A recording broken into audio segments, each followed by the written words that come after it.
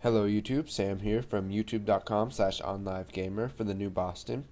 And in this tutorial we're going to be talking about multi-dimensional arrays. Now the best way for me to explain this is think of a graph, and on that graph you have points. So let's say you have the point 3, 5. Well, when you make a multi-dimensional array, it's pretty much a graph. So when you reference point 3, 5, you can hold an item there, and you can also hold an item at 3, 6 or 3, 7. And it's just a big 2D graph of different items that you want to store. So let's go ahead and make a little demo project and work some with multi-dimensional arrays. So we'll go ahead and select New Project, and we will select Windows Forms Application, and we will set the name to we'll do 2D arrays. And we'll go ahead and click OK and wait for that to load.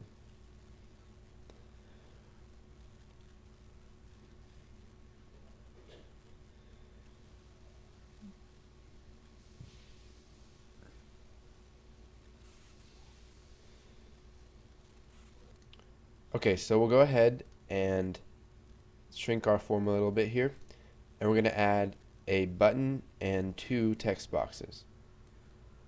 So let's go over here to our toolbox. We'll select button, and where's the text box? Right here.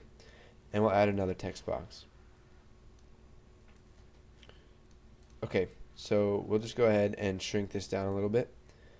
Okay, so let's go ahead and set the text property for button 1 to get array element. And we'll make it bigger so it'll all show up. And we will set the name to button get element. And we'll set the text box 1 to text first dimension, and the next one to text second dimension. Okay, so we'll go ahead and double click on get array element, and we will zoom in here.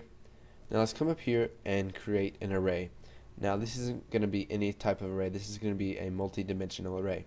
Now the way we do this is we can type the keyword private, then we will type the name of our array.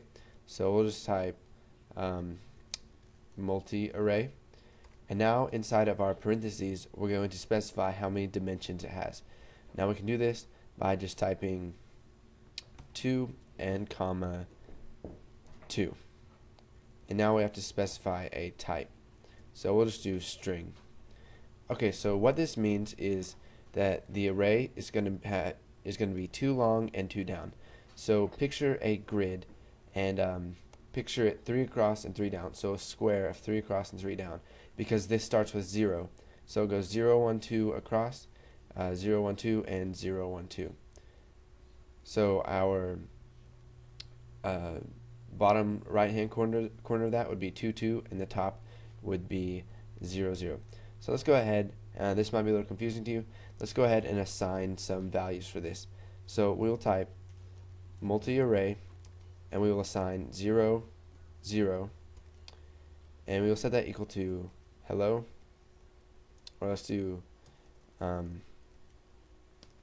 position 0, 0, and we will do that for some of the other spots in the array. So we'll do 0, 1, and then we will set the text to position 0, 1, and we'll do that one more time.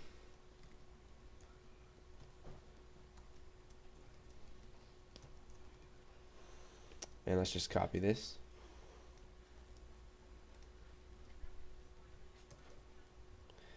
Okay, so now what we want to do is we want to show whichever one they've picked in a message box.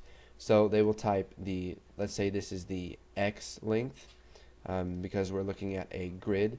So this right here would be X, and then this right here would be Y. And if you have a 3-dimensional array, you could use the Z line, but we aren't doing that in this tutorial. So this is the X position, and this is the Y position. And Unlike a normal grid, which starts in the middle, let's say you have like a cross. In Visual Basic, it's just like a big square.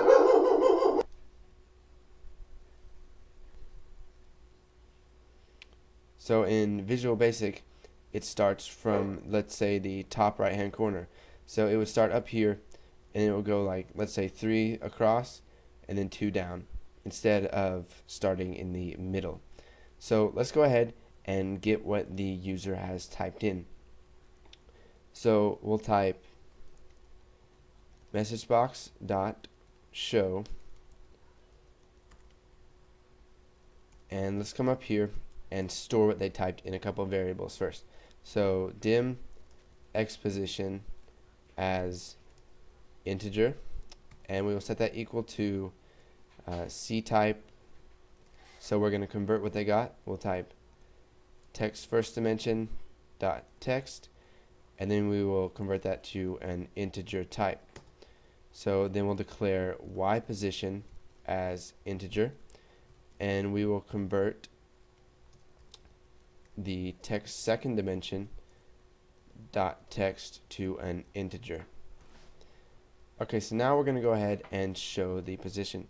So we'll type messagebox.show multi-array, and then we will type x position and y position. So what this is going to do is it's going to get the string at whatever they typed in for x and whatever they typed in for y. Now currently we only have 3 possible answers, so let's go ahead and run that and see what happens. So we will do 0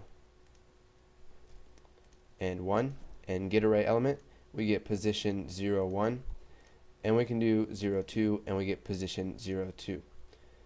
So go ahead, make some multi-dimensional arrays, and you can fill in each of the items in the array. So if I were to fill in the next part of the array, I would do something like 1, 0, and then 1, 1, and then 1, 2, and then 2, 0, 2, 1, 2, 2. So go ahead, you can make that and set the values for it, and make a little program that lets you type in the x position and the y position so that you can get whatever is stored at that. And then once you've practiced a little bit with multi-dimensional arrays, go ahead and move on to the next tutorial, and thanks for watching.